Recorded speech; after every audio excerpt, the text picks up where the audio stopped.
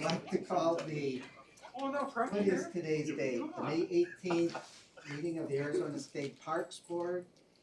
With that, first of all, I'd like to welcome everybody that's here in the main office of the State Parks Agency to the meeting. Thank you very much for coming. And for all of you who are telephonically online, thank you also for participating.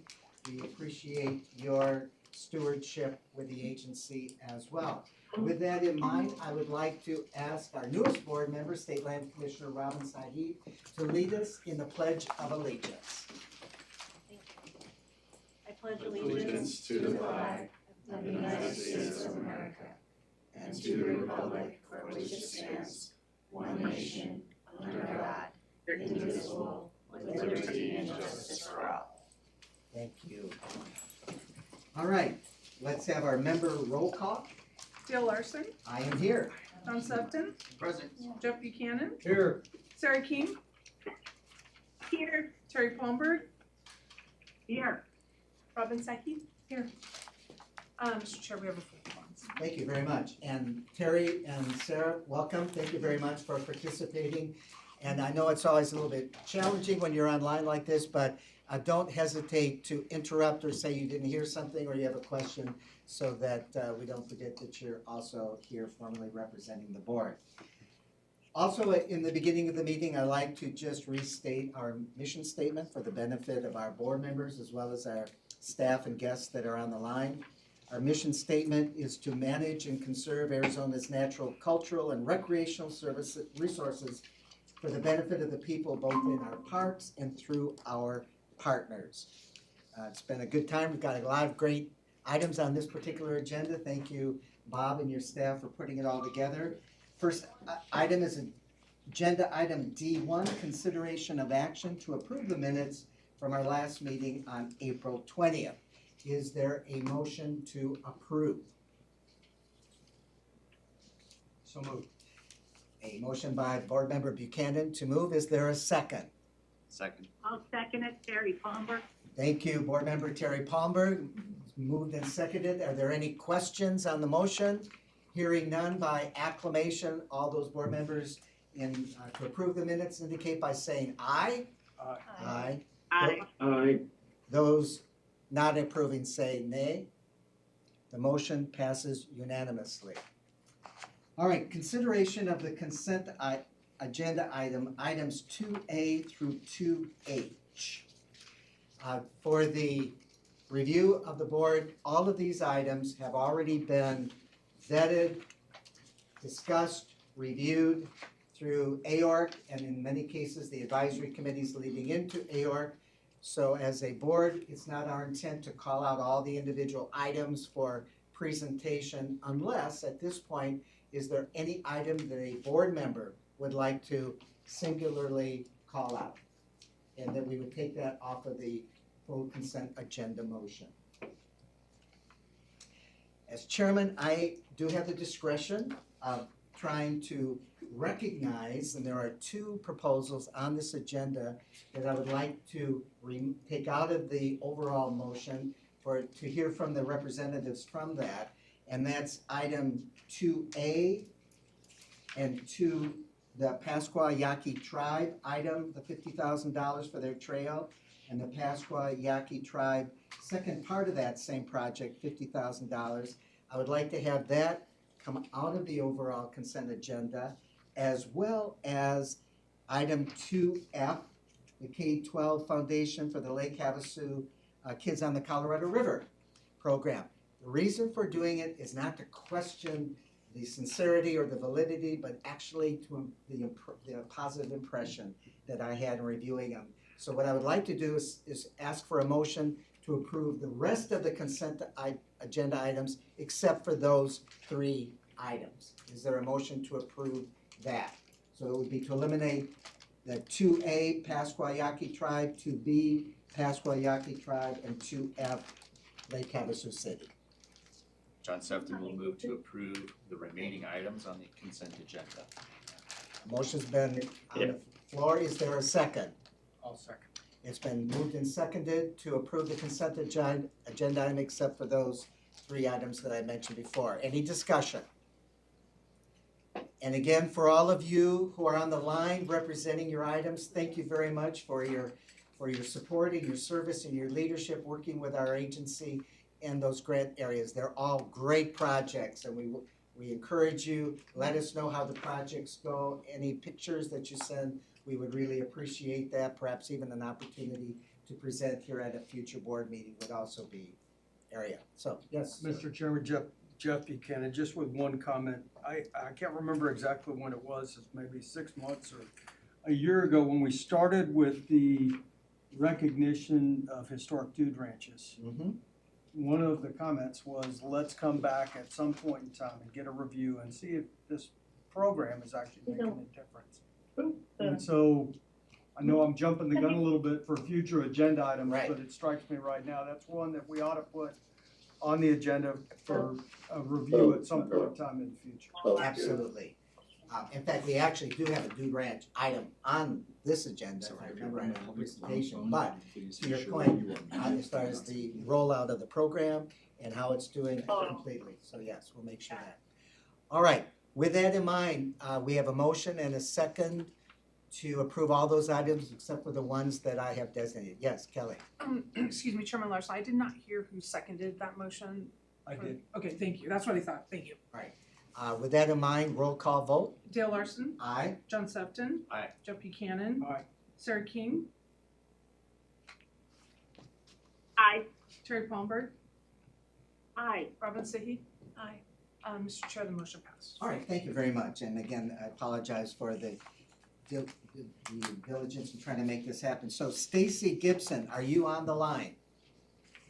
Yes, sir, I am. Oh, well, welcome. Thank you very much. I hope you don't mind, but Thank you for having me. I was so impressed with your presentation. Can you just give us a little bit of an overview on this project that you're doing and how the Yaqui came to be a part of it? We don't do a lot of donor grant requests with our native tribes here in Arizona, so that's the reason I wanted to bring this one out. So if you could just give us a quick overview of what you're doing with this project, we would very much appreciate it. Sure. All right, thank you so very much for having our presentation. Can you hear me? Mm-hmm. We Okay. can. So this trail is an awesome trail. It's called the Iwanavu Thinker Cultural Trail. It will be at our new Early Learning Child Care Center. And this particular trail will be between our education building and our Head Start building. Hello? I'm getting a No. feedback. Yeah, we are too, but we can still hear you clearly, so forge ahead. Okay. Yes, it's going to be over 1,780 linear square feet. It will have interpretive Yaqui language, Spanish, and English on the signage.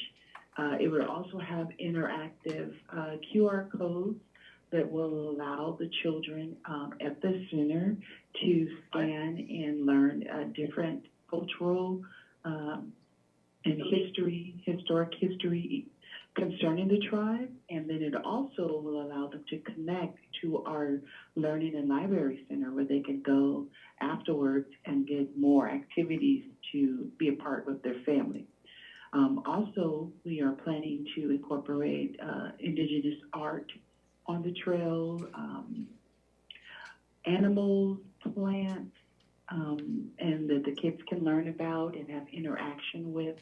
And we're going to connect that to a larger trail later on that will lead out further on the drive. This is phenomenal. I really appreciate it, and congratulations to the Pascua Yaqui tribe for wanting to be engaged with it. In my position Yes. with Arizona State University, certainly the town of Guadalupe and the Yaqui tribe is very much a part of that culture for centuries, literally on it. So very happy to know this. We would like to see the progress of this as it goes through, so please come back when you're through and give us another presentation follow-up as to the completion of it. But congratulations, I really appreciate your help on this. Thank you so very much. And we would like to extend a hand where we invite you guys out for the opening of the trail to be a part of that. Invitation accepted. Glad to be able to come and be a part of that, so thank you, just send when it is. All right. Thank you.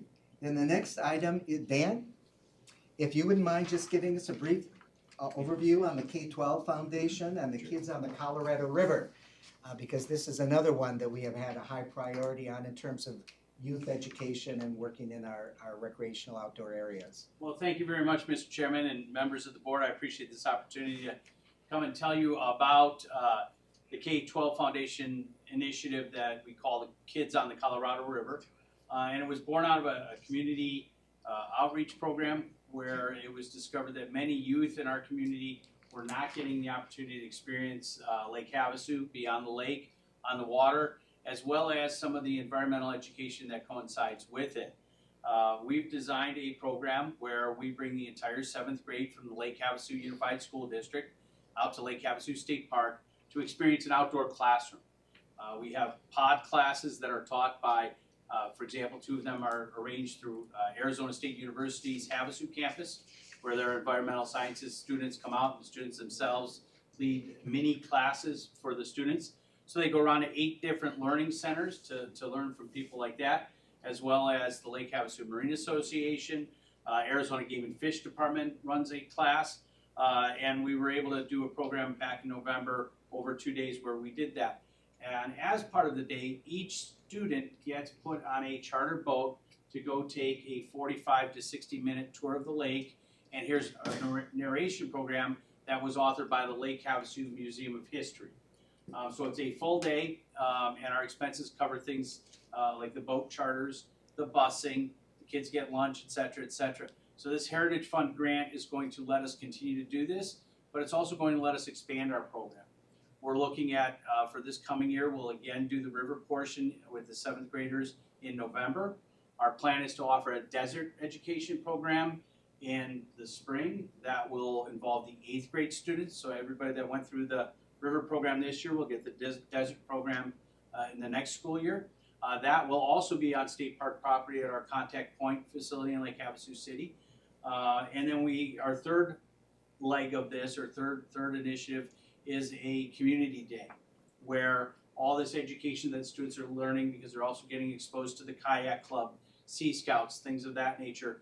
This will be an open house that we'll have in town where they'll be able to come out and learn from the individual organizations and find out, how do I sign up? How do I involve the other members of my family? How do I get my parents to buy into the excitement that I received? And it's been amazing, and the kids really get engaged. For example, at the ASU Havasu, one of their 2 locations, the students literally would go to the dock, take the water sample, and have it underneath a microscope in the next 5 minutes right there at the park. So it's worked out very, very well. We're very excited for it and looking forward to using this grant to springboard our future success. I'd be happy to answer any questions if there are. Dan, thank you very much. The reason I wanted to pull this out, mainly because of the educational outreach that you're doing for youth, which is fabulous.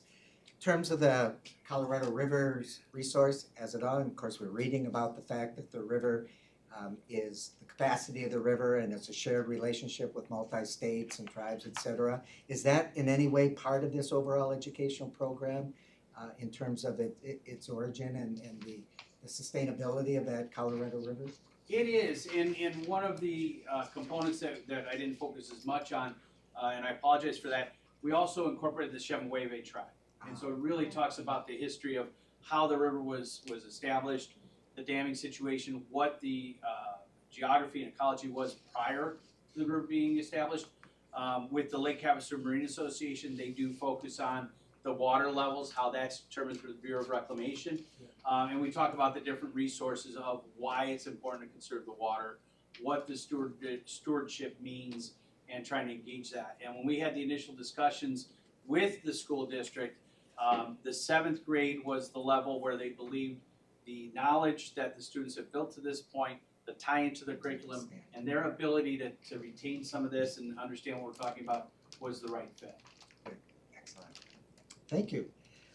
Any other board members have thoughts about this program? Just one quick question, do you bring people from, or can they participate from outside the immediate area as well, outside of Lake Havasu Unified School District? Well, one of the nice things about this, and as part of the pilot project, we received substantial support from the Rotary clubs in our community, and we have had conversations with the statewide Rotary Initiative folks, and there are plans to develop this as a model where it could go from community to community, and it would rely on the state parks in those areas to be involved, as well as perhaps a Rotary connection. So we do think it's got applications throughout the state. I'm sorry, that's not, that's good information, but Okay. that's not what I was trying to ask about. If a school district from Flagstaff or Peoria or somebody wanted to take kids on a field trip out to Lake Havasu, is there a way to accommodate some of that? How, have you guys ever thought about anything like that? 'Cause Well- it seems to me there's an incredible educational Yeah. opportunity. So Board Member Buchanan, I greatly appreciate that question, and the reality that we deal with at this point is that the resources that it's taking us to provide this 2-day program are substantial. We think we're at capacity with that. We do have a desire to open it up. There are some schools, some 7th grade students in our community that are not part of the school district. We have homeschool students, we have students in private enrollment schools. We're looking at what we can do to add capacity to the program. We don't have that at present, but we are looking at how we would do that. We've looked at, can we, provide some benefit if we're recording these and having a film that they can see. I can tell you that I know at Lake Havasu State Park, and I believe all my fellow park managers are very committed, that when there's an opportunity to bring a school group into a program, into a park, we not only have our regular offerings, but I think we're very adept at customizing what that school's hoping to achieve by their trip, and we always welcome them. But I appreciate that and look forward to keeping you informed as this program develops. So the model sounds like it could be replicated and subject to funding. That is one of the goals. Right. Yeah. Okay, and for the board certification, we've talked about this, and to Board Member Buchanan, we want to meet as a board at Lake Havasu at State Park at some point in the near future. That's always been one of our targeted areas, so sooner or later, we're going to get up there, Don, and be able to see this personally. No, and again, I truly appreciate that. We were very fortunate. We welcomed a great number of the people in this room out to the park yesterday for a region meeting that we had. The time just coincided, but you're always welcome, and I look forward to being able to help try to coordinate. Thank you very much. Thank you all very much. Sure, can Yes. we wrap these into one motion? Yes, you can. Okay. Is there a motion to approve the 3 items that were taken out of the consent agenda? Yes, do you want me to go through it? Yes. Okay, Mr. Chair, Board Member Buchanan, I make a motion that we approve funding for the submitted 2023 Heritage Fund Non-Motorized Trail Grant application for the Pascua Yaqui Tribe in the amount of $50,000, that we approve funding for the submitted 2023 Recreational Trails Program Non-Motorized Trail Grant application for the Pascua Yaqui Tribe in the amount of $50,000. And that we approve funding for the submitted 2023 Heritage Fund Environmental Education Grant application for the K-12 Foundation for Lake Havasu Unified School District in the amount of $42,050. Thank you, Board Member Buchanan. Wow, you did an A for that. That is good. That's right, not so fun. Is there a second on the motion? I second. This is Sarah King. Thank you, Board Member King. Any discussion? Hearing none, roll call vote. Dale Larson, Aye. John Sutton, Aye. Deb Buchanan, Aye. Sarah King, Aye. Terry Palmberg, Aye. Robin Secchi. Aye. Mr. Chair, the motion passed. Thank you very much. And again, for all the people that were on the consent agenda, thank you for your work. All right, item number 3, this is an action item, consideration of action to appoint applicants to the Arizona State Committee on Trails. And I believe that Jeff Schmidt is all primed, keyed up, and ready to take care of this for us.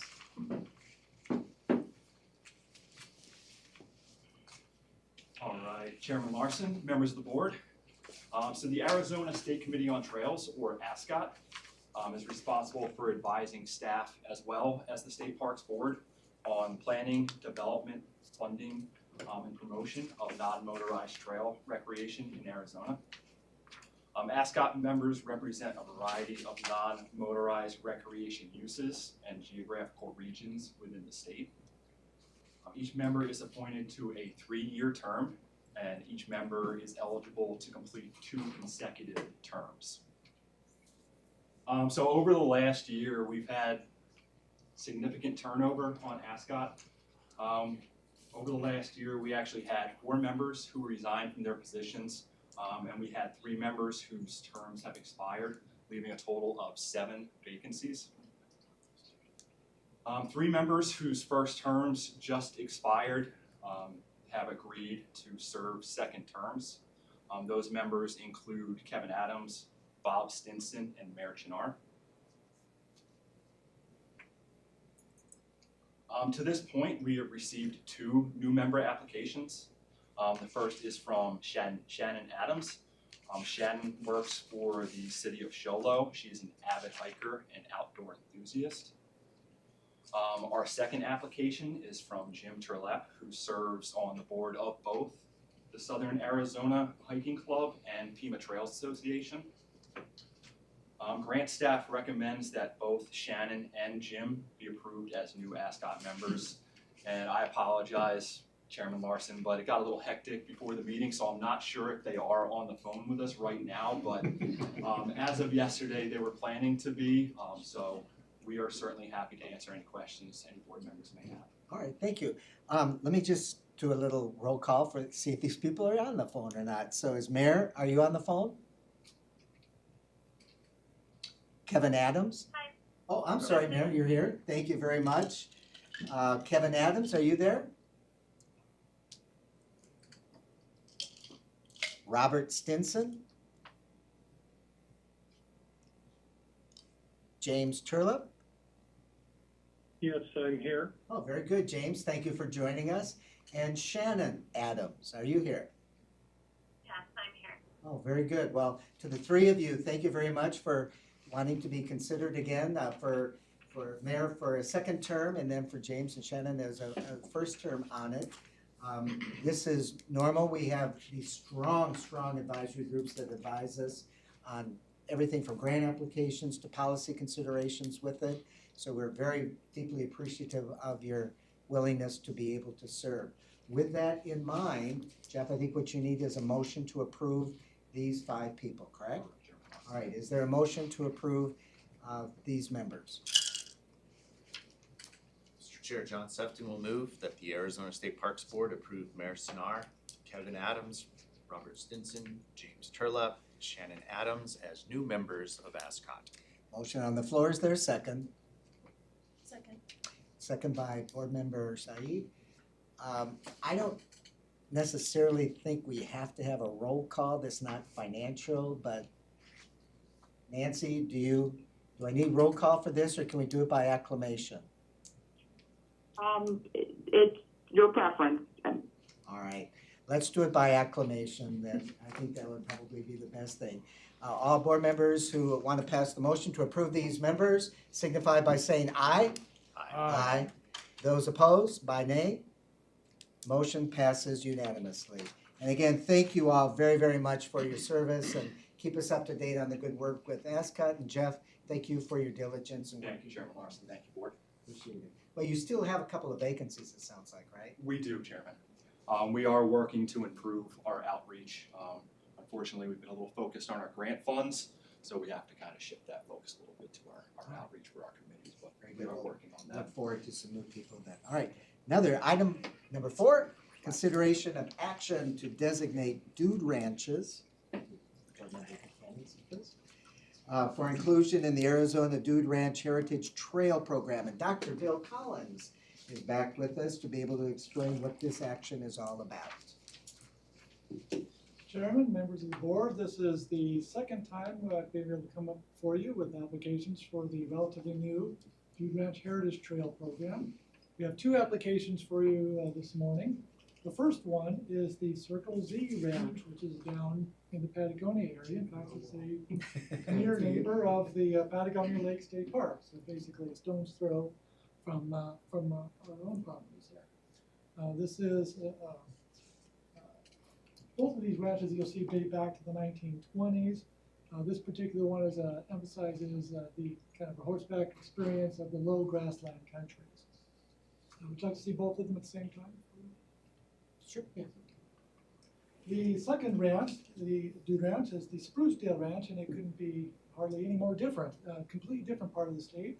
It's part of the greater Alpine metro area, and you get kind of experience of the high country and the trees and flowing water. So these two applications, I think, really show that dude ranching is a year-round activity, and really shows off the state in all its glories. I believe at least one of the applicants said they would be trying to join us this morning, perhaps both, if there's any questions related to that. Both applications appear to meet all of the criteria of the program, and we're recommending approval. All right. And just for context, Dr. Collins, the reason that they're coming here for our board to approve it is part of the new legislation which created this. They have to be designated as part of the program. Right. It's a program to designate and identify and to promote dude ranches that have been a long-standing type of tourist facility in Arizona for years and more now. We oversee that in partnership with the Arizona Dude Ranch Association. They're the ones who actually will work with the applicants to produce their plaque. And I just got word that the first plaques for the first set of applicants are now getting finally produced. So how many now are in the queue to be? 4 have been approved. These are the next 2. So it'll be There'll be 6. 6 total with you.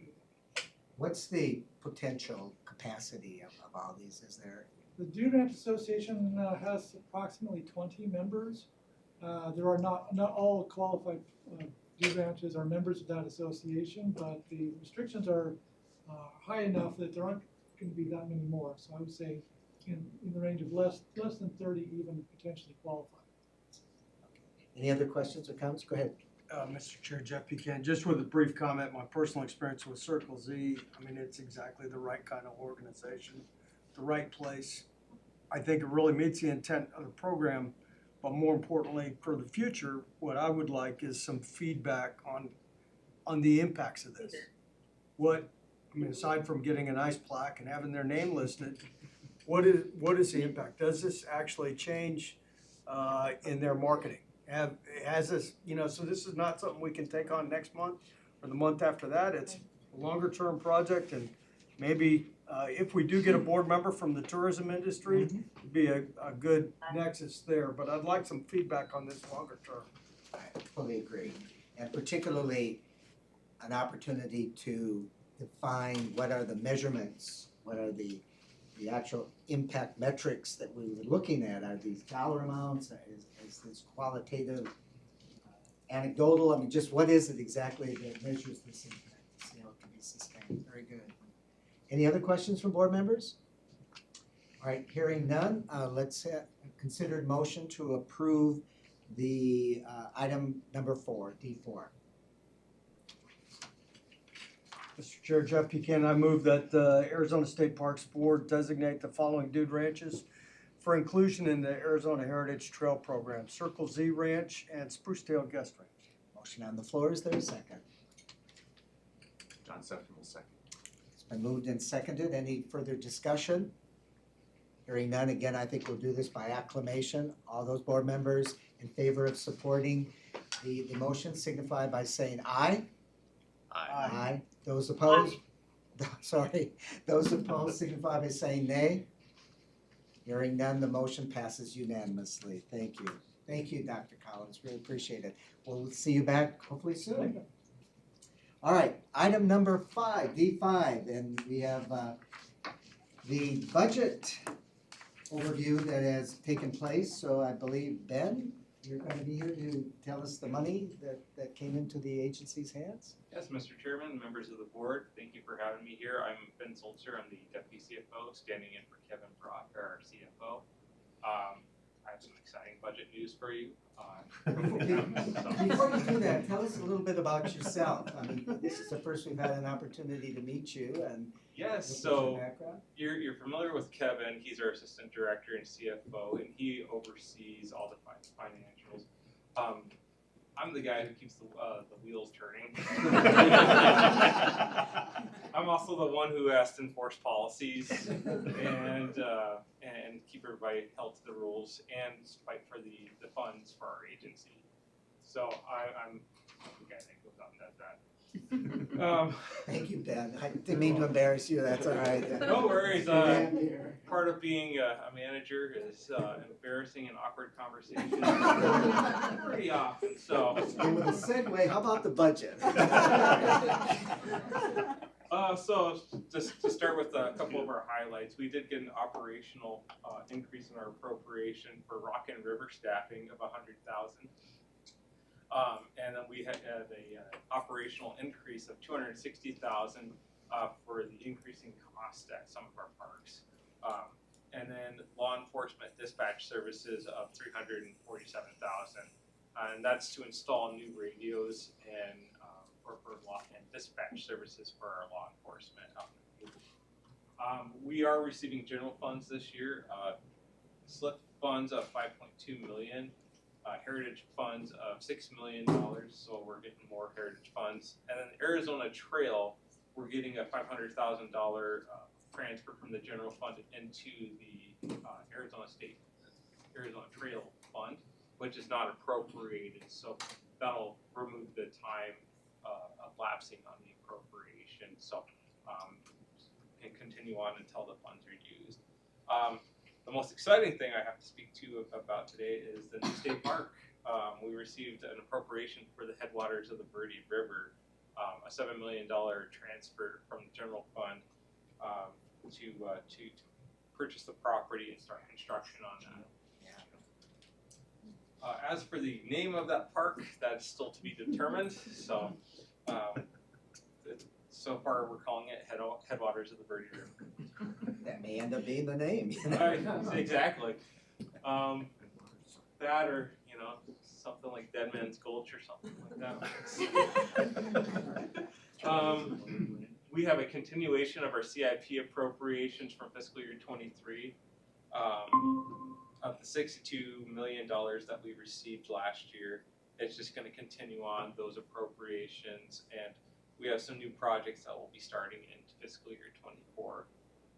And then before we get to the next slide, we have a major maintenance appropriation of $3 million. It's a non-lapsing appropriation to do just general maintenance items in our parks, from fixing pipes and electrical issues to groundskeeping and whatnot. Before you go to the next slide, any questions or comments on this one? Go ahead, Board Member Buchanan. Thanks, Chairman. So my question's about the new park designation. I understood $6 million for land acquisition, $1 million for construction. Is there, what's the impact on O&M, and how do we maintain facilities from here? Is that actually gonna start, does that start with FY24? This is really my question. I'll answer that. Mr. Chairman, Member Buchanan, the money is for the acquisition. $1 million is for kind of everything from planning to construction, maintenance, getting the property. The problem is that Trust for Public Land is buying it directly from the landowner. They're going to, because of this appropriation, wasn't what originally, I think the original property was, in total, was 14 million. So they're gonna work and scale back the amount of acreage. Now, there are buildings out there are facilities and irrigation canals. We don't know whether that's going to be included in the actual acquisition. So once TPL closes on that property, I think we're gonna have a better idea. Is it just land, or is it land and buildings? When we looked at, as this was going through questions from the legislature, what would this cost? And those buildings are old, they're historic-y in nature. We haven't asked the SHPO yet whether they are, but we're looking at about $25 to $30 million if we do acquire those buildings. But TPL's been great. They understand that, and they think maybe they can negotiate the acreage without those buildings, so that would really drop the price of that.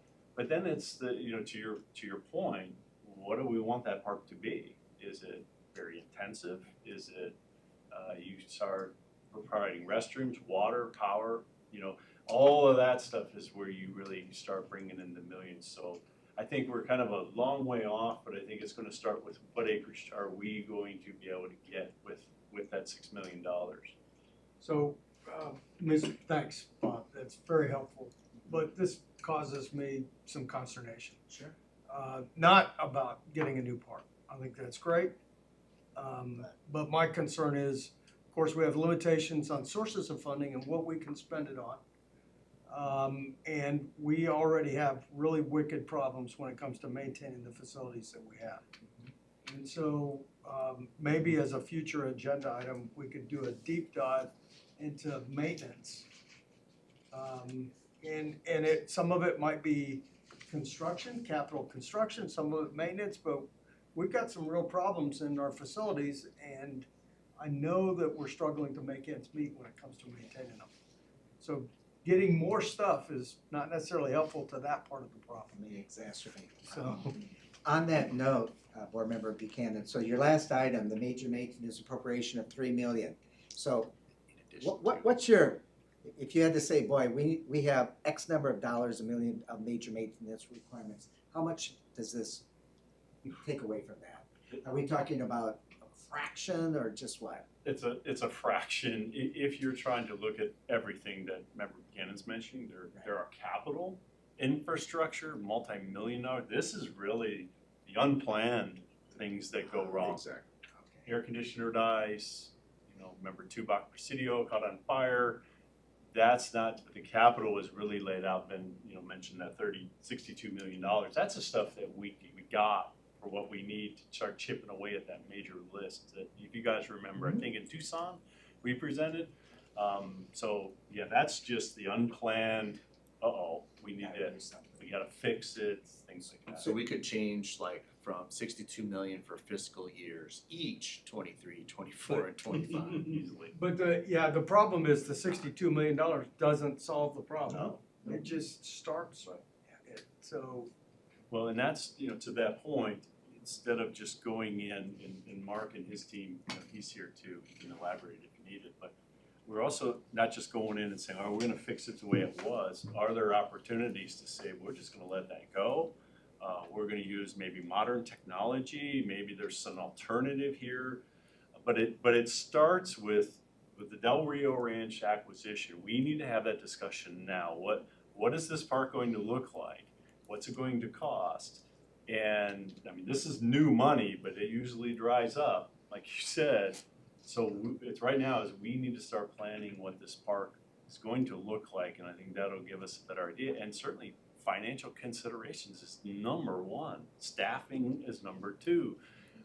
All of those kinds of things that we have the opportunity with this blank slate to really plan this out. And we've let everybody know, to your point, with budgets and the way things have been, do not expect this park to be open next year.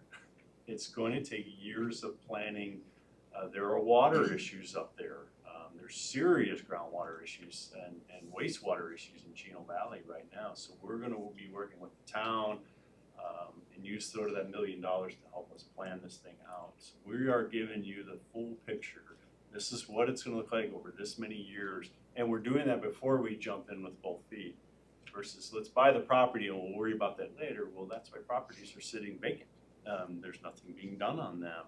And then you're robbing Peter to pay Paul. So that's a big consideration, and the legislature is the ultimate say, and the governor signed it, so we're gonna do the best that we can. Well, to Board Member Buchanan's point, to Mark and everyone else, maybe having a work session on major maintenance would be very appropriate to be able to really identify in the aggregate, you know, what we're looking at. I know the National Park Service does this often when they discuss their budget, that they're, you know, $1 billion behind or whatever it is, and here's the project. So I think it'd be very appropriate to at least have that shopping list available so that when people do have the benefit of a generous budget, which this is, I'm not complaining about it, but the whole idea is it's still a lot of untapped projects. Yeah. So, okay. Yeah. Want to go to the next slide then? Yes, please. This is just a summary for all of you in your information packets that went out. Just giving a breakdown of all the different appropriations and transfers that we were given. As for our CIP down at the bottom, you can see the amounts given in each fiscal year for the projects. So this was just an informative slide for your packets. Please go to the next slide. And then lastly, this is the breakdown of the CIP projects. This did go out last year, all the appropriated CIP projects for the year. Starting this year, we will be starting the appropriation for the Yuma Territorial Prison, Gruden Mansion, and Oracle, and then just continuations of the appropriations above. And then as for fiscal year 25, the new projects will be Red Rock and San Rafael. Since we were at Reardon, can you remind us what the my eyesight from here, 2.5 million is? 2.9 million? What that's gonna do? I'll have to, Mark, are you? Yeah, Mr. Chair, board members, that's gonna be some continued exterior renovation. We did a little bit of it, we stained and painted and did some of the vigas and things like that. But there's still some wood damage, so we'll retro that. Big electrical upgrades, they're still using a lot of very antiquated electric in the building, and then plumbing as well, so. Good, all right, thank you. And then, Mr. Chairman, members of the board, that's all I have for today's presentation. Open it to some more questions. Yeah, board members, Bob, you wanna kinda give a overall perspective as far as the budget? Are you obviously? Very, very happy. Yeah. No, it was, obviously every year budgets are negotiations, and the governor's office negotiating with the legislature. I mean, there's a little bit of disappointment, but I am not gonna look a gift horse. I think it's a very good budget for us to start with. We have a lot of work to do next year. We're gonna be putting together our next year's budget submittal that we would love to get some input from the board on. The governor's office has mentioned all of the agencies. There are a lot of needs out there, and they really, I would say, unshackled previous limitations on budget negotiations. So I think they want the clear picture. What does it really look like? And then they'll winnow down from there. So I think really, really happy with that budget. I know Heritage Fund was one we were all rooting for with that permanence, but there's a lot of really good things in that budget, and we're real grateful for that we came out as well as we did, considering the mountain that a lot of the folks in the governor's office had to climb to get through the budgeting process. And we've all seen the headlines, and it got ugly, but at the end of the day, the governor's very happy with the budget. I'm very happy with the budget, and as soon as we stop celebrating the budget, now we got to prepare for the next year. So we're going to start compiling that. We're out talking to staff. We were just in Lake Havasu yesterday. Dan hosted us at this park. Part of those priorities is going to lead into budget discussions and things like that, and then we'll get the input from the board as well, making sure this aligns with your priorities, and then we'll be rolling that out to the governor's office. So don't celebrate too long. We have to look for next year. And So was June when we did a deep dive typically? So is that on the hook for next month? yeah, we or is can. that- Actually, if you could kind of tell the timeline, when you're ready to actually submit your formal request to that, is that September or? Mr. Chairman, members of the board, so a few things on the timelines for the budget. We're waiting for the JLBC appropriations report to for some of the adjustments to the budget, and then we'll be rolling out our budget presentation for this year's budget, the stack charts that you're familiar with seeing. Right. And then in September 1st, we submit the budget to the legislature buddies, and that is legislatively due on September 1st. And that's the budget for fiscal year 25 that we'll be submitting that. And and then sometime after September, we'll be presenting that budget to you. Okay, well, wait a second. You're gonna send it to the legislature before we look at it? We have to send it to the governor before we present it. So what's the point of even showing it to us? Well, I'm I not think, sure I understand. I think the point is that we have basically 2 months that we can provide input to staff before then it goes to that, so. Right, so I thought we were gonna Right. dig into it in, starting in June, Yeah, leading up to that September. right, Yes. Yes. exactly. We're gonna do, yeah, we do typically high-level priorities and, I mean, dig into the budget. We try to avoid the weeds, but yeah, we want to make sure this is, you know, we got strategic planning. I think what Ben's talking about is after that, then it gets submitted and then it's out of our hands. So our opportunity is really kind of in June and July, Right. because then you put your stuff together in August, by September 1. Yeah. So we have 2 months essentially to do a work session or however we want to approach this. Well, in between there, Ben and his team usually are working with OSPB. So OSPB, if they've got, hey, these are things you can ask for, these things don't ask for, or we're gonna ask for it as a complete budget, like pay raises is one. Yeah. Don't ask individual agencies, so once we get that sort of direction, then we come back and say, okay, here's the sideboards board that we're gonna work in. That's where we can. Pilot and then Ben, then the buddies and all that, then it's off, and then Good, I apologize for jumping in, but I thought you were just gonna give us a history lesson after September, which we could do that if you want.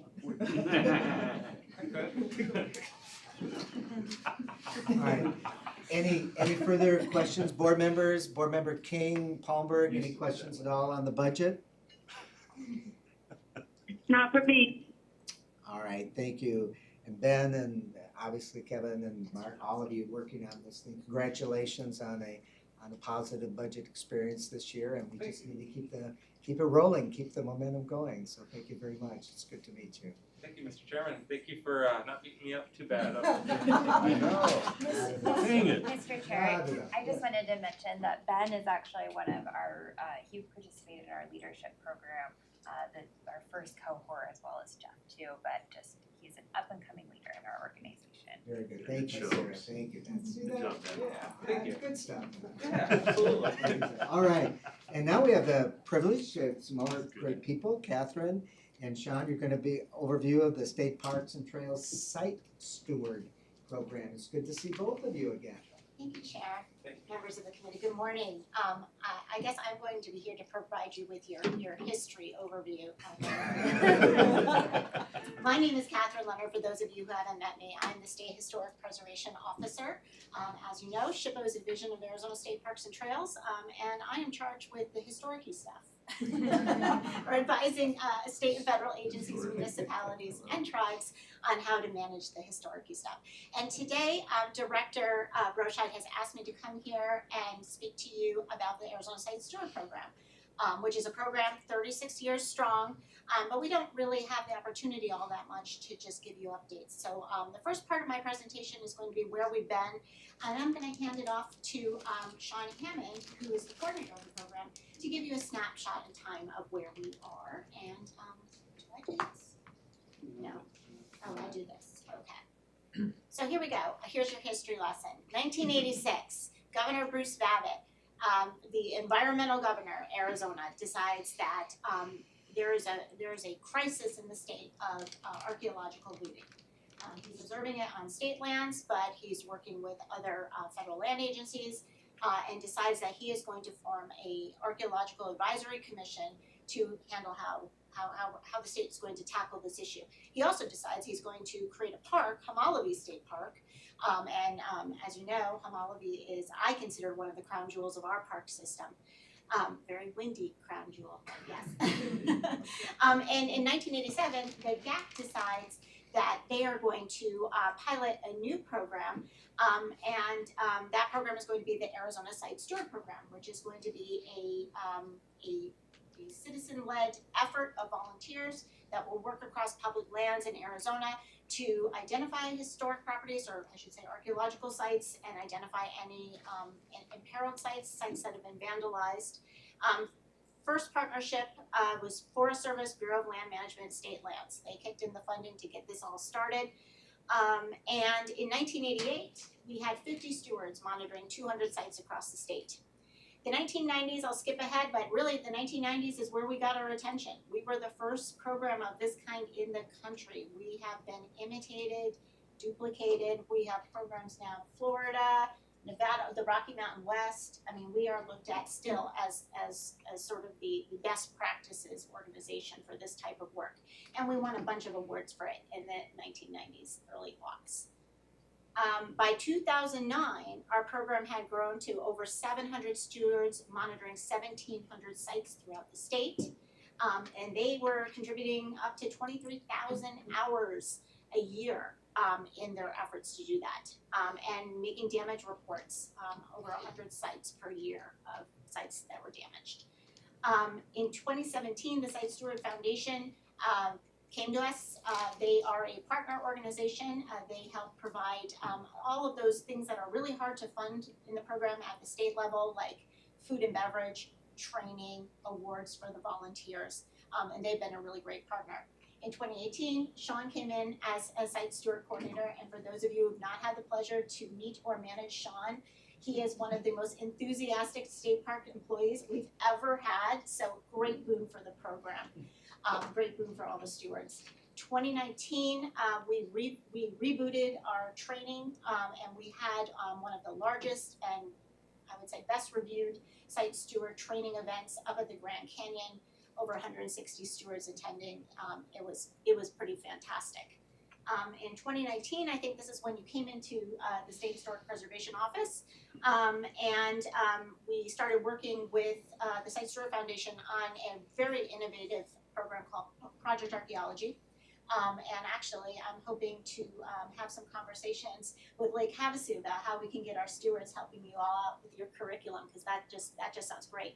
Project Archaeology is a national curriculum, K through 12, that teaches the principles of archaeological investigation in the classroom, as well as some history of whatever area that curriculum is being taught in. So we are partners with the Site Steward program on that. Site Steward Foundation. In 2022, we had 40,000 volunteer hours reported. The program has grown, and 260 applicants submitted just that year. So again, this is a program that is still garnering quite a bit of interest from Arizonans. And then 2023, up to 600 active members monitoring 2,600 sites. And actually this year, we have 7 stewards that have been with the program for 30 years, almost since its inception. So this is a program that also has quite a bit of longevity for those who participate in it. I'm gonna hand it off to Sean to talk about what the stewards do. Thanks, Catherine. Chairman Larson and board members, it's great to see all of you. So, and it's a pleasure to be here to talk about the Site Steward program. Real quick on the 7 members that have been in the program for 30 years, we have over 200 that have been in the program for 20 plus years. So these are volunteers that stay around for a very long time. All right, so what exactly do we do? Well, we monitor sites. These are sites that are designated by archaeologists of that particular land manager. And we conduct about 3,000 site visits per year, our stewards do. So besides the monitoring of sites though, site stewards do a lot more than that. They also help the land manager. So when we have sites that maybe have been damaged, a lot of our sites get tagged, spray painted. So we typically help with the removal of spray paint from those sites, fencing, other land manager projects, stabilizing walls, things like that. So signage, we've installed hundreds and hundreds of signs for land managers. These are the signs that you'll see that talk about there's an archaeological site in this area, please be careful. So site stewards just do a lot of work. Education obviously is also another big part of our mission, although COVID really had an impact on that the last few years. But when we are able to, we do a lot of outreach. We have a lot of site stewards that are avocational archaeologists, and so they present at conferences. and other events. So we're really involved with the community and just really everywhere. And so how the program works basically is we have 23 regions, right? So the state's broken up into 23 regions. Each region has a lead volunteer called a regional coordinator. And these regional coordinators are amazing. They're basically taking on if it's not a part-time job, it's really a full-time job. They manage all the volunteers in that region. They work closely with the land managers, especially when we have sites that have been vandalized. They really are the backbone of the program, so they are really a key to, the success of the program. So our partners, we have 21 land managers that we partner with. They're not all up there, but we cover everyone from military base to, of course, state, federal lands, lots of cities, towns, counties, and Archaeology Southwest and the Conservancy. These particular land managers down here at the bottom with the logos, so BOR, BLM, and Forest Service, they're our main funders, right? So they help provide a lot of the funding that enables us to pay for all of our bills and obviously conduct the trainings, things like that. And then the other big partner, of course, is the foundation. So really, they're the big reason why we're able to do the conferences. One other partner I mentioned about Archaeology Southwest. This QR code up here was just created recently, but the program Save History, if you get a chance, please visit that site. Archaeology Southwest worked with a lot of tribes to develop this website. It's a great website. It educates people about why preservation is important, about site etiquette. The QR codes was something that we suggested, and so we had them printed, and we're starting to put them up at kiosks and on some of the signage that's out there, along trails. And that QR code actually allows folks to report site damage. Yes. So is that Yeah. Just curious, how active, are you getting a lot of reports then on the QR code? It just went up. That's a great question. It just went up a few months ago.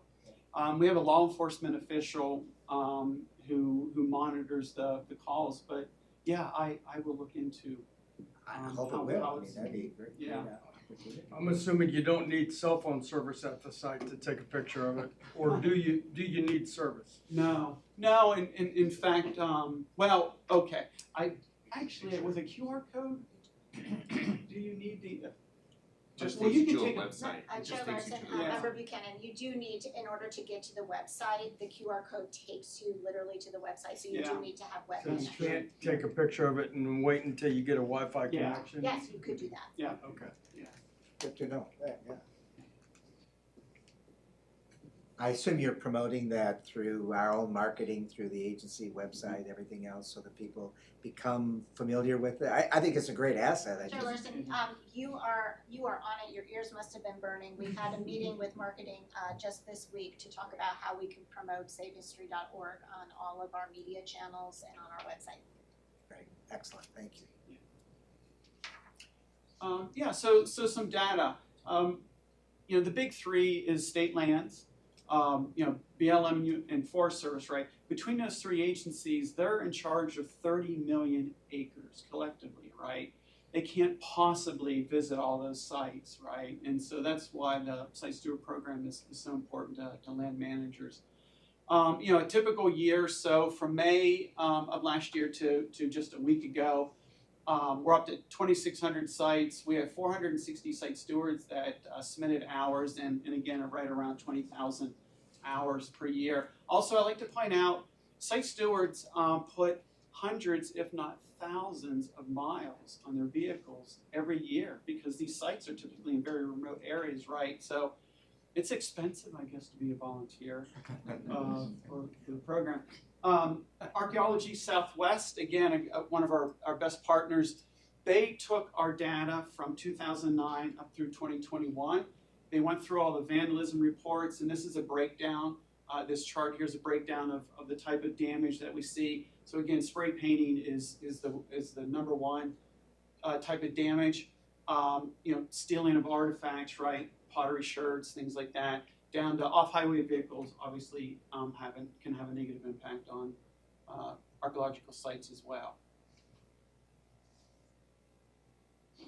And I think it's important when you look at those 20,000 hours to realize that that is actually money in the bank. So 20,000 hours, if you monetize it at the current federal rate for volunteer hours, is approximately $600,000 a year of value that these volunteers are providing to land managers throughout the state.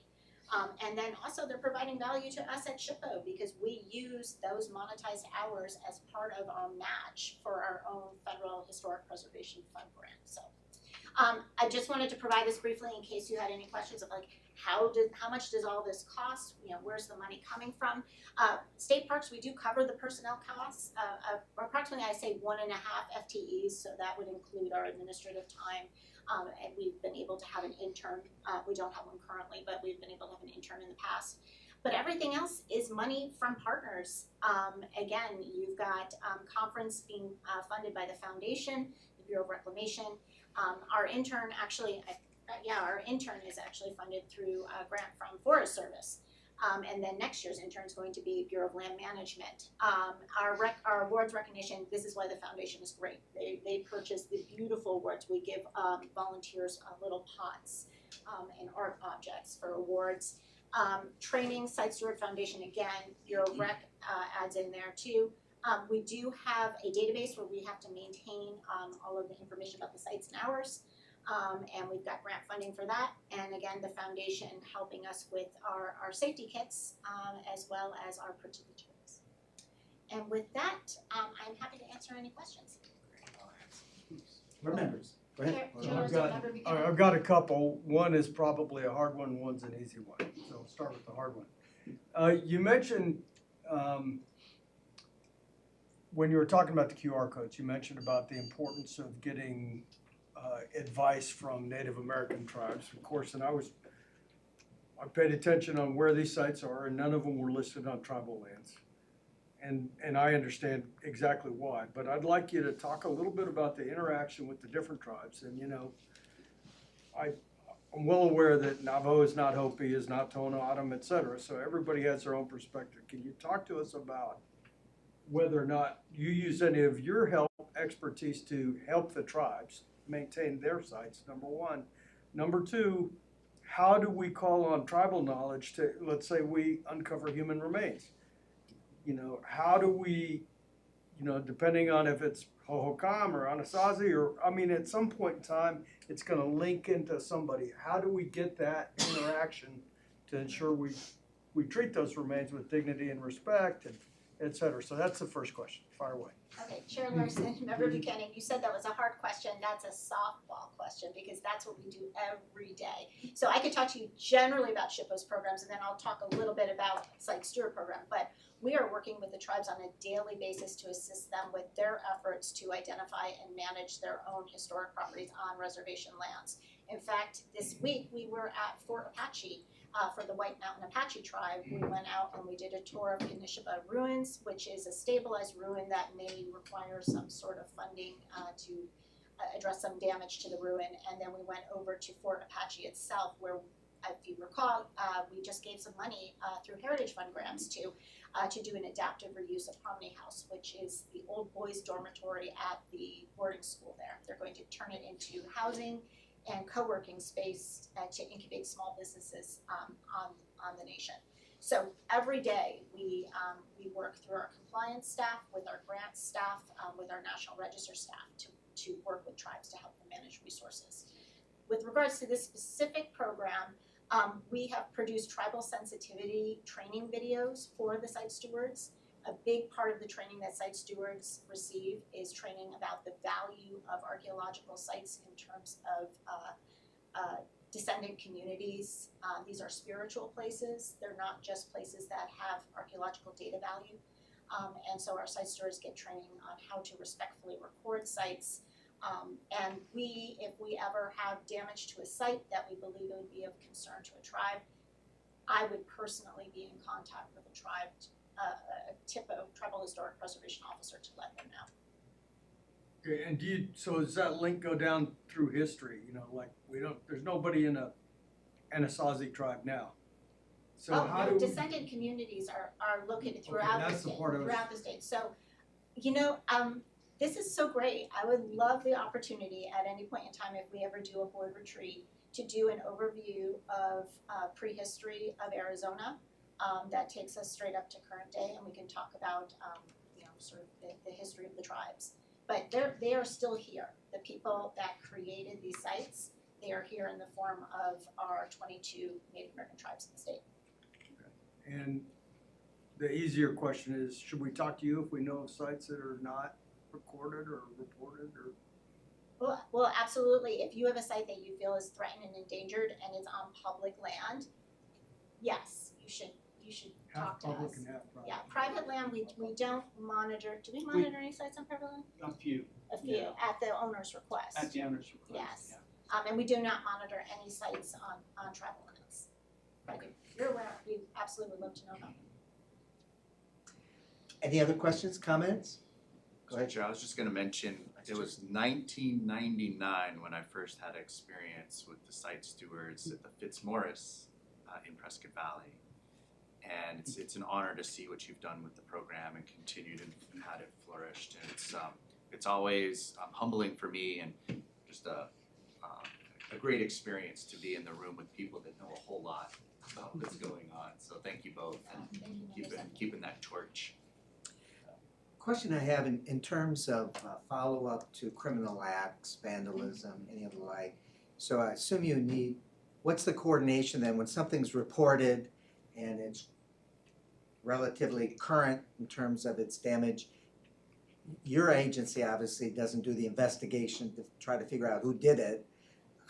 What is that relationship so that we can try to find the culprits, I guess is the best way of putting it, that are doing this damaging rather than you doing the mop-up of trying to get it back to what This is the originally exciting was. part. Yeah, thank you, Chairman Larson, members.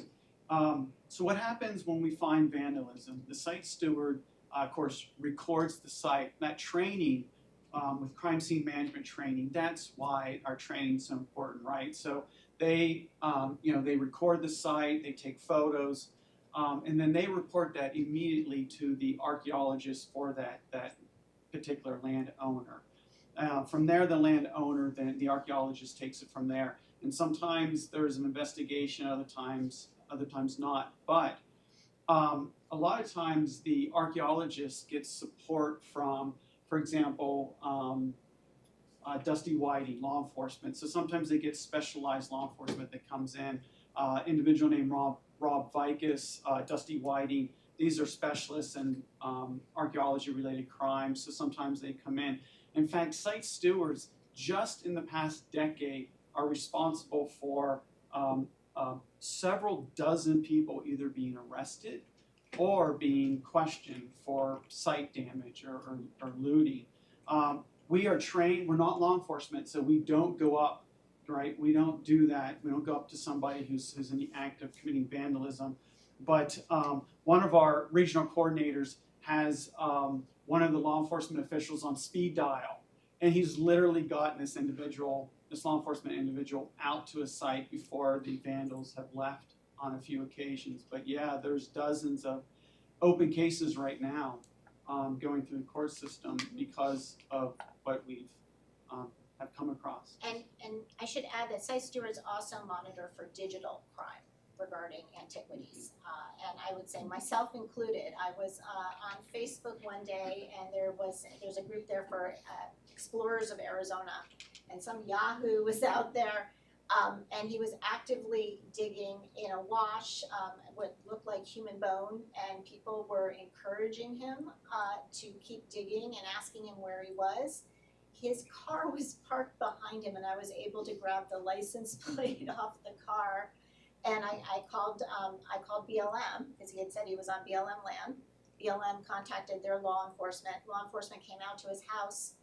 The guy had a garage full of materials. He had been doing this for years. And so BLM is repatriating all of those artifacts. They did not make an arrest in that case. I don't know, whatever decisions decide, when they decide to do that, but those materials are being returned to the tribes. And anybody could do that through our program, elevating it to us, we would elevate it to the BLM. Thank you, appreciate that. This is fabulous. I mean, really, thank you very much, Catherine and John. Board members King and Palmberg, any questions or comments on the site steward program? Great presentation, thank you guys. Thank you. Yeah, it was great, thanks. Thank you, Member Palmer, Member King. Great to have you, appreciate it very much. All right, now, Brittany is here to give us the current on the legislative, the budget's been approved, there's a lot of other stuff still in the queue. She actually looks better rested since last time. Oh, good morning, Chairman Larson and members of the board. Again, my name is Brittany Hudson, Legislative Liaison for State Parks and Trails. I know I always send out the document with all of the bills that are still moving along in the legislative process. So I won't be before you long. I will just point out a few things, and if you have any questions or concerns, you are free to ask. And I'll just give you a couple of updates. So what I just wanted to point out is the House Bill 2374, which is our State Lake Improvement Fund bill, and also the bills that pertain to the Heritage Fund. Those are dead bills in the legislature now because they are in the budget, as Ben has mentioned. We receive money in SLIF, and then we receive money in Heritage Fund. So we don't have to worry about those bills moving forward this session. Something else I wanted to hit was there is a bill, House Bill 2416, which is called Electronic Applications Government Employees Prohibition. This is the banning of the use of TikTok on for agencies' IT systems. And right now we do have a governor's executive order that bans TikTok, but this bill has actually moved forward through the Senate and the House. And it has been transmitted to the governor for signature. So this bill may actually be in state law where we can't use TikTok through our IT systems. The Glassford Dells Regional Park bill, that is dead in the legislature because we have that in our budget as well. So we don't have to worry about that one. The last one, the Arizona Trail Fund is also dead because we have that in our budget as well. And another one, actually, I'm sorry, Glassford Dells, I meant the Verde River bill. Yeah. That one we don't have to worry about because that's in the budget. The Glassford Dells bill has actually, they received money for that, but it's not coming through parks. It will be coming through the Department of Treasury. So that money is, we're not going to be the pass-through for that as we were going to be in the bill. Is that a new park or is that an existing park? No, and not a state park. It's not a state park? So it's a municipal park? Municipal. It's a Tri-Cities Park. Prescott Valley. Correct. Prescott Valley, Gilbert Davidson. This will be a regional mountain biking park, is my understanding. Interesting. We were going to be the pass-through for that money to them, but in the budget, we're not going to be that pass-through anymore, so we don't have to worry about that. Very good, okay. Unless you've heard something different, Sarah or Bob, but I saw it in that. We'll be partners with them on the Yes. path forward, no matter what. All right, good to know.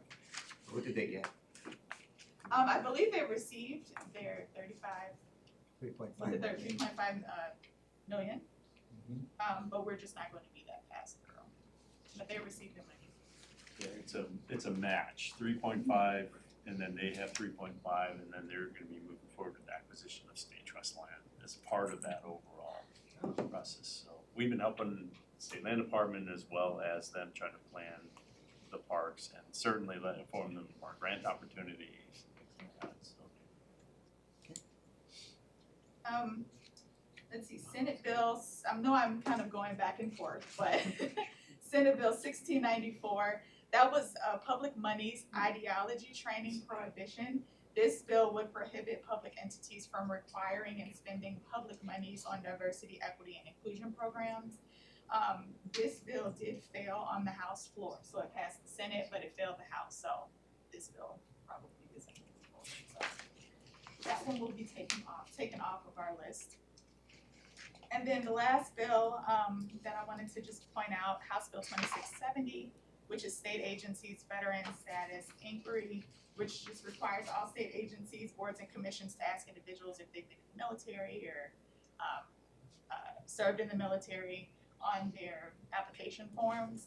This one has not made it through floor action yet, so this one's still awaiting floor action as well. So we're still looking at that. Those were all of the bills that I wanted to point out.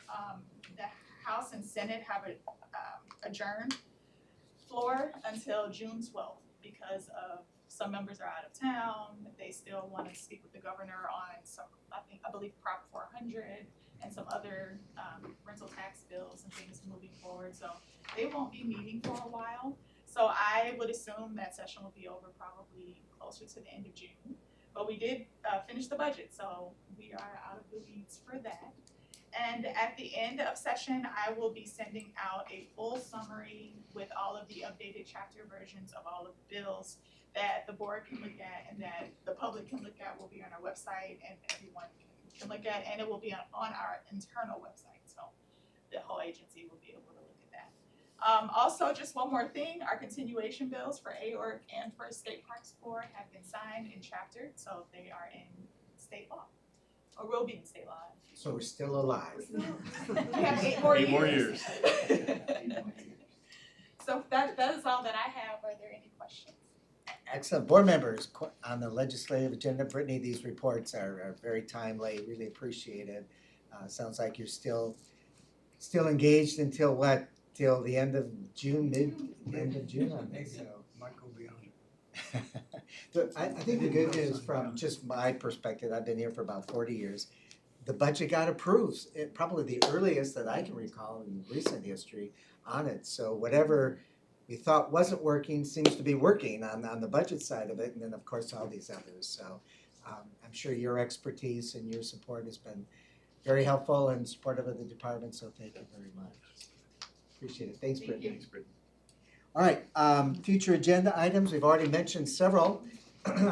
Kelly, I hope you've kind of noted them as we go through on the items as we go up.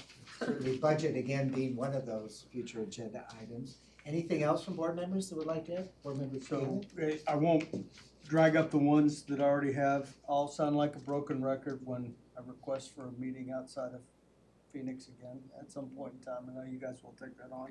But the other one, I was thinking when we were when we made approval of members of ASCOT. Mm-hmm. And, you know, we did a little bit of a deep dive.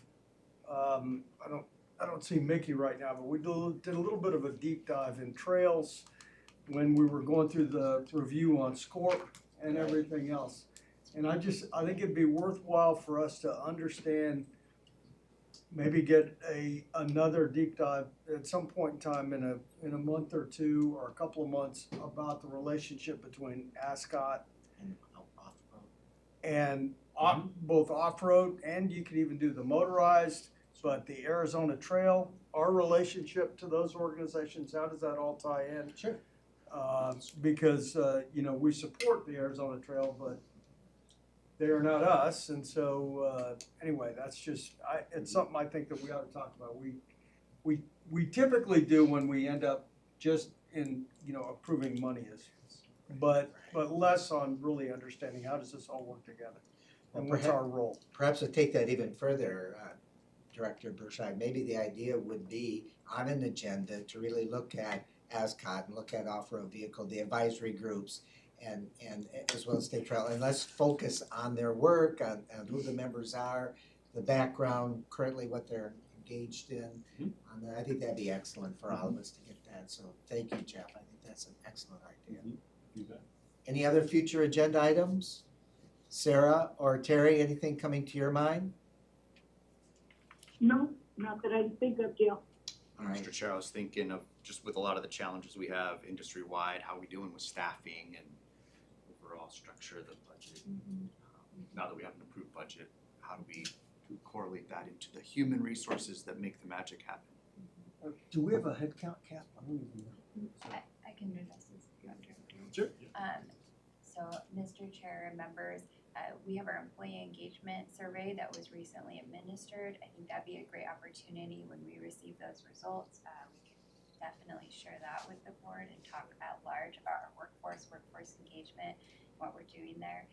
There is a budgetary cap around FTE, the appropriated FTE, but my understanding is under this administration, there is not a hiring freeze cap that exists. Now, of course, people cost money, so we have to ensure that we have the funds necessary for any staff that we have. No, it's perfect sense, yeah. Budget discussion. Yeah, we could recreate segment of budget discussion. All right, anything else? Hearing none, Director Burchard, you want to give a director's report on current events? Yeah, thank you, Mr. Chair. I'll be quick, but then I'm also gonna pass it to Sarah and then maybe to Mark to talk about Member Buchanan's favorites of New San Rafael and the meeting down there. He could probably chime in too and help, but we've been, well, not waiting on the legislature. We still had to go out and do a lot of meetings, so we've been able, got the chance to go to visit Boyce Thompson. And if you guys remember, a long time ago, you gave us direction to evaluate potential disposal, trade, sale of that picket post house and about 40 acres that surrounds it just outside of Superior. We've been working really, really hard on that project with appraisals, surveys, and all kinds of delays that out of our control really, but Deputy Director Weber and I went out and met with Boyce Thompson and the Mayor of Superior to talk about that project. It looks like the property was appraised at just about $750,000, and it shocked us all that it came in that high. But the house is actually in really good shape. Not great shape, but it's usually used to seeing things falling down. It's not near that, but it's just a property that we just don't have the resources to manage, and it's an opportunity to offload. So I think we're going to embark on a long-term lease with them, with the Arboretum, and then work towards the disposal of that property and maybe combine that with maybe some others that we have out there that we're just not doing anything with. There's probably law enforcement, criminal activity going on some of those. So anyway, that's a different discussion, but to go out and meet with Boyce Thompson and talk about our strategy. They've been on board and really got on the same page of where we're going to go, and they seem amenable to having that discussion. Of course, depends on what the lease agreement says, but the Department of Administration has been our key lead in that, and they've been very, very helpful in trying to move that project along. So we'll keep you posted on that, bring back the agreement, make sure you all are okay with that, and negotiate hopefully some language that everybody can agree to. We also got to go visit another property, Rockin' River. Quick thought. Oh yeah. On Boyce Thompson, is the U of A completely, They're gone.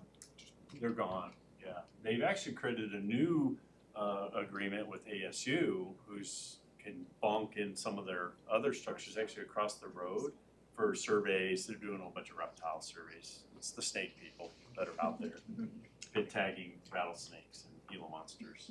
So they want them way, way away. They want them away from normal people. Yep. And so Nature Conservancy, we, Mark, Kevin Brock and myself got to go up and meet with the Nature Conservancy at Rockin' River State Park. In the midst of our crews up there really working their tails off to get that property up so we can reopen it, I guess, for the public sometime late this fall.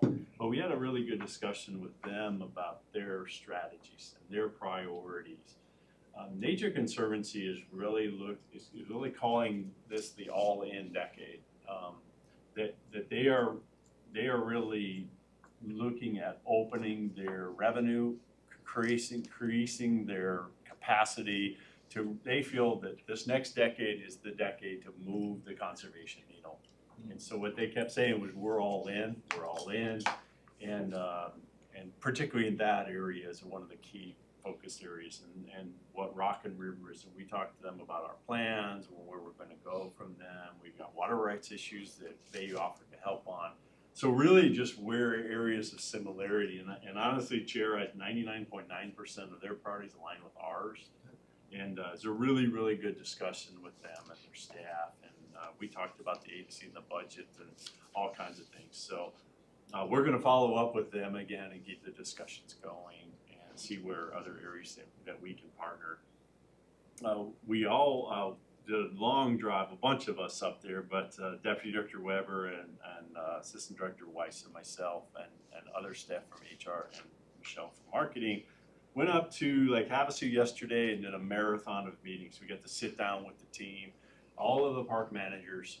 They call it the Western Regional Meeting, and we talked to them about our strategic plan and their ideas. So it's our way to get ideas and sort of a reality check from the field up and keeping us honest as we start identifying priorities, which then feed budgets and other efforts and things like that. So it was great. Dan hosted us. He always does a great job at Havasu. Yes, it was hot. Yes, it's getting windy, but that park's just clocking along.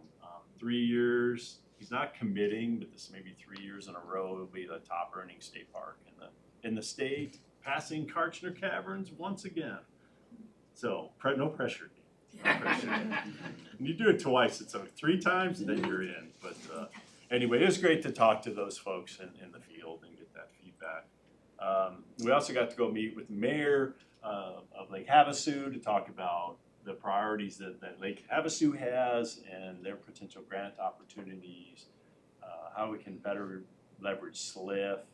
Talked about a whole host of things, but one of them was we would like to come up as a board and meet in Lake Havasu. He's offered the building, the city hall, which is a very nice building, by the way, to come on up and host the meeting there. He says, let me know what dates, we'll see how it works. And so anyway, we're already a little ahead of you on that one, but there's certainly plenty of stuff to do up there other than having the meeting. The field trips, the capital improvement, the needs at the park, the wonderful cabins at Havasu, which Dan can put us all up in, I think, maybe.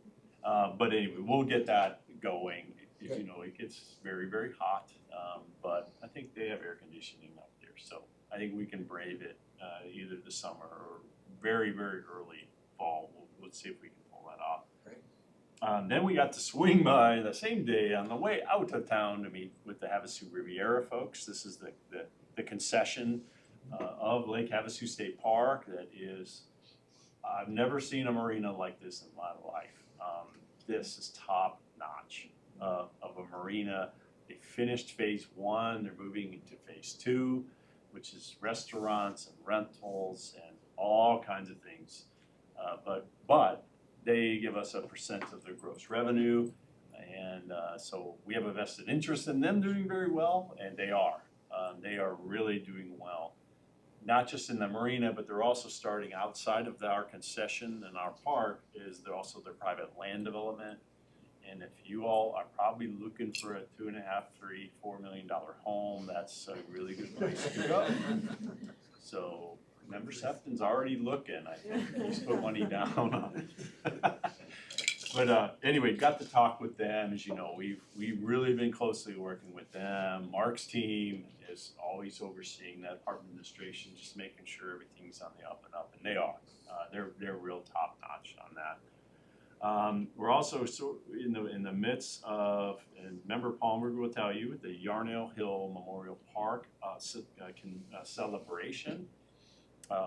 There's an event planned in Prescott that I believe the governor is going to attend, and the commissioner and I are probably going to be there to attend that. And then there's always not a celebration, but a remembrance in memorial remembrance in Yarnell. But part of that will be a celebration of them conveying that property over to the State Parks Board for us to manage in perpetuity. So this will be the memorial site. You guys all remember, you were all there last time. So we're gonna wanna do something special there. So we're still working out the details. I go where the governor goes, and she goes to Prescott, and then we'll have to figure a way to get back to Yarnell. I'll probably, the commissioner and I and any board members, if you're willing to go, we'll make sure we arrange that. Just let Kelly know that if you can go, and we'll arrange transportation. And maybe we'll use the state helicopter to fly back and forth, so. Well, I know that Board Member Buchanan has volunteered and offered. Board Member Palmberg, obviously with the Arnell one, will be there. So yeah, we'll be very well represented. And certainly it just gives us all pause as we get into the season now of that terrible, tragic event 10 years ago, which is just hard to believe. But anyway, thank you. And just keep us up to date. And Kelly, I know you're making the logistical arrangements, but definitely want to be present and visible for that. Yeah, June 30th. Yep. I believe that's And right. remember, so I'm working with Christine to get your calendar.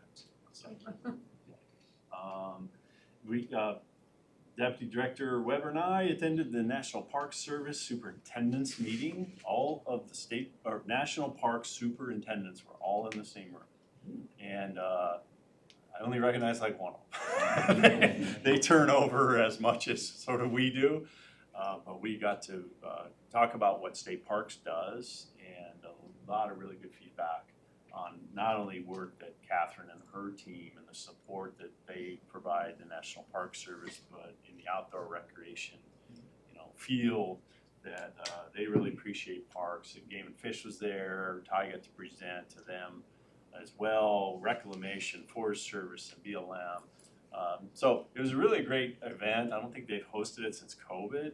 That they brought this back as an in-person discussion, and we got to talk about areas of overlapping interest, and particularly one of those when you talk about potential debt ceiling or what do you call the federal government shutdowns. We did reiterate that we can help, and the site stewards were the ones that came to the rescue for the Grand Canyon a few years ago. But we did make that offer with them, but it's really to talk about shared priorities, sharing resources, things like that. So very well, good meeting. It went all day, but I think it was well worth it. Where was it at? It was downtown. What's that building? Here in Phoenix? Yeah, it was here in Phoenix. Yeah. Only the parks within Arizona. Right, the national, and just the superintendents. So there wasn't any DC folks. Monuments too, or just parks? Monuments as well. Recreation areas too, Glen Canyon. Wildlife, refugee. No, that's Fish and Wildlife Service. They attended, but it was their Ecological Services Office, the Endangered Species Management side of that. So yeah, overall that was good. Two, I'll pass over to Sarah here to give you an update on San Rafael as well as another Casca update. So. Yeah, absolutely. Thank you, Director, Chair, members of the board. Just a couple updates. I know there's been a lot of conversation about stakeholder engagement and a lot of work done. Question about SCORP. And Dawn, Bonnie, and myself have been meeting with a number of organizations around best practices on implementation and getting great feedback and really just tons of experience and wisdom as how we can shape that to really be successful. So we've met with a number of organizations I'm sure you all are familiar with, and we are eagerly awaiting the National Park Service to approve SCORP. So we may have mentioned that at the meeting. And then the Central Arizona Conservation Alliance, which is a consortium of Maricopa, mostly based land managers, advocacy groups, nonprofits. This organization has been around for a long time. That I think with COVID also kind of hadn't had an annual meeting in a few years, and so we also attended that meeting. I know we saw Member Sefton there and a couple folks, but it was just a great meeting, and I think an outcome of that, a number of follow-ups with some of our partners to just share ideas, things that we're working on, and also to include them as a part of the SCORP, because the SCORP really is the umbrella plan for outdoor recreation for the entire state. CASCA focuses on one very important region of that, in which we may not have parks, but we definitely are connected to provide funding, and we want them at the table and a part of that. So it was a really good meeting. So really, but another, it feels like it's been a while, but the San Rafael meeting, I went down there with Mark, myself, a pretty significant number of our team. This is over 10,000 acres of just incredible grasslands. The natural and cultural resources there is outstanding. This beautiful ranch building. We had SHPO represented there, and it was really wonderful to be able to be there as one team, as Parks, SHPO as a part of that, to say, hey, we're here to talk about this property. And thank you, Member Buchanan, for really setting that up, and I think having a lot of conversations with the community for that to be successful. So we went to San Rafael. We had an informal stakeholder meeting. So this wasn't an official, posted meeting, but really we wanted to sit down with the community and take a break and say, okay, where are we at today? State Parks acquired the property over 20 years ago, and there was a master plan developed at the time. I don't think any of us were working at the agency at that time. And so we really wanted to sit down with folks and say, okay, where are you all at? What are your concerns, intentions? And I think we started a really good dialogue. There were a lot of issues that I'll let Mark speak to if you want to provide any updates on that were specific to kind of the maintenance operations of the current facility, fire, risk, things like that, that were more, okay, let's address this right now. We came back, had a meeting, and talked about, okay, what do we need to do now? But longer term, talking about let's involve the community in the planning and development of this property and in the vision of what this looks like to balance the local needs, the resource constraints, and really for the best use and purpose. Something that was brought up by the folks in the room, which were people that had known this home and this property, many of them through their lives. There's actually someone who'd grown up in the home who came out to the meeting, and that was really incredible to have him there. But the intention in the community, I believe, to create a 501(c) nonprofit that could be an organizing body to support and participate in this. So we look forward if that group I'll is give you a brief formed. update on that. Perfect. Yeah, we're definitely look forward to working with them. So we've committed, and we told the group that we'll be back within the year. We want to sit down again with to outline a more formal planning process and what that will look like. Mark, I'll turn it over to you if you have anything else to add. Pretty much everything you saw in the budget we do for fiscal year 26 have a budget, and that's going to be to address some of the immediate concerns to preserve the house, roof, electrical, plumbing, things like that. But we have much bigger, long-term goals for that, and that's where the community, I think, and with the board member Buchanan's assistance down there with the people that live there. I mean, just the biological, ecological, and historical values of that property. It's amazing. And I think there's a lot of great ideas we heard, but I think trying to organize all that's going to take a lot of effort. So if I can jump on, it's implied, but we've had it for 20 years and it's not open and hasn't been open, and there's a lot of reasons for it. Dominantly maintenance and safety related. And we have one caretaker there who's doing a phenomenal job. It's a subset, if you will, of Patagonia Lake State Park. But there are things that need to be addressed just to keep the erosion of time and its impact on the house and the barn and all this, that there are some real immediate needs. Longer term, we actually have to do, if we're going to open this to the public, I think that's everybody's desire, at least from down there, they want it back open. It's gonna require a lot of work. And it's got to be done in concert with what are we looking at from a historical perspective. How do we maintain safety, even though there never has been a rail on the porch? We know we're going to have to put a rail on the porch, these kinds of things. But the community really appreciated State Parks being there because they felt until this point, like they never really had a voice and didn't know what was happening. And so this was a great first step, but it's just that. You know, what I want to encourage you to do is maintain a dialogue, keep it open, and we're going to get opinions that are diametrically opposed about what we should do with it. And that's going to happen, but we need to listen and then continue to engage and continue to update.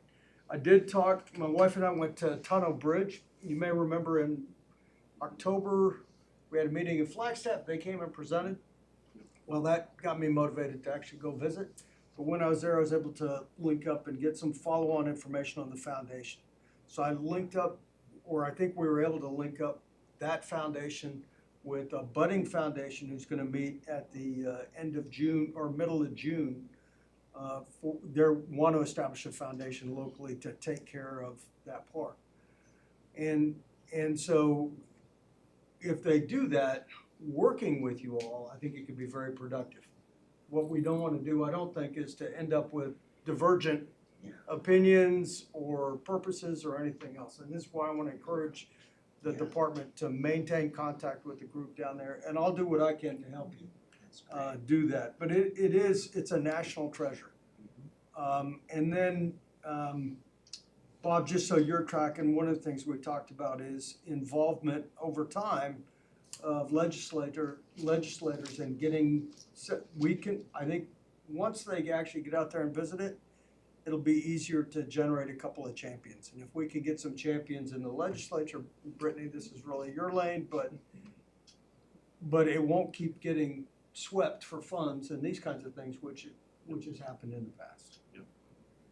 We were actually, Bob and I and Sarah were talking about, instead of having like a legislative day, what we've been having the past few years, we'll actually have legislative tours in different parks in different areas and get the legislators to actually come down and visit the areas that we've been seeing. That would be a great one, but you might want to use the helicopter because it's going to be a drive for you. We can hook us up to that. All right, I good. heard about that. And the old Hueys laying around. Yeah. But definitely we'll be. For sure. That's excellent. Great case study. This is you know, community engagement has this continuum of the engagement, which you're doing, but then how do you sustain that in terms of attachment that's going to be for the years and making up for a lot of lost time. So kudos to all of you for doing that and keeping it going, and whatever we can do to help support it as a forum, gladly we'll want to do that. So thank you, Jeff. Thank you very much. If anybody wants to come back, my casita is now officially open to Mr. Chair, that is, although it's 20 years late, this is how we need to start every state park. This is what we're gonna do with Del Rio. We did it with Rockin' River. Get this engagement up front, not here's what we're going to do and try to ram it down people's throats. So although it's 20 years late, it's never too late, but I think this is exactly, in my mind, how we start managing properties, even if they're old or they're new, but and then check in every once in a while and see what's working and what's not, and be adaptive.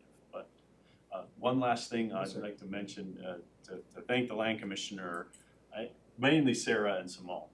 These two are working on an MOU that we do not have with the Land Department, but really how we're going to be partners, how we're going to work. Now, Sarah and Commissioner staff Simone have been working really hard on the initial, no pressure, but they're working on the overall arching memorandum of understanding. And I haven't seen anything yet. I know the Commissioner hasn't yet, but I think those two have the right, her vision and my vision of what we should be doing, and we should be absolutely lockstep partners in everything that's going on. So just wanted to thank Sarah for that. Her and Simone have been taking that very seriously. So hopefully we'll have an MOU, sometime really soon. So thank you for that. I really appreciate it. Well, I know at last meeting when we were introduced to the new state land commissioner, we talked about when you're ready, we'd like to have a formal agenda item on this. The MOU obviously would be the link to be able to do that. And so when you're comfortable, ready, and confident, and then we can do that. But fully agree, that would be wonderful, so, excellent, good job. Anything else? No, thank you, Chair. All right, current events, had a few already talked about, anything else that's been going on? I've got one more Sure. alibi, and Bob, I think you're tracking this, but rode my horse again recently down through Sonoyta Creek. Lots of great work done, to get the unauthorized cows out off of that property, but there are still cows there. And Mike, I counted 7, and then Game and Fish Department, and I'll talk to you afterwards about something, but Game and Fish Department flew transect and counted 20. So they're still impacting, and it is, I mean, as you would know, the good news is we got most of them out, but they're still doing real damage to a very critical piece of environment, so. Yep.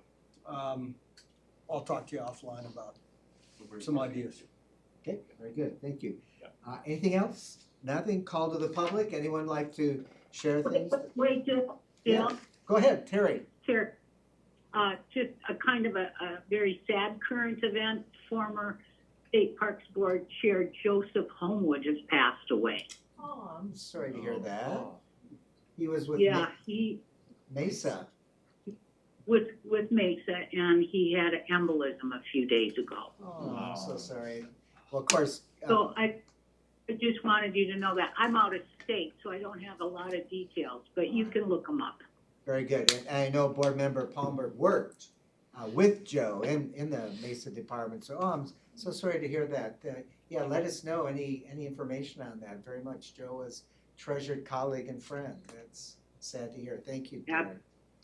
All right, future agenda items, and of course, the rolling relationship that we have about trying to meet off-site in Lake Havasu obviously is one of those targets, other locations. So Kelly, keep going it. The earlier we can get these on our calendars so that we, especially if it's overnight considerations, so that we can plan accordingly would be great. So June 15th, and then again on July 20th.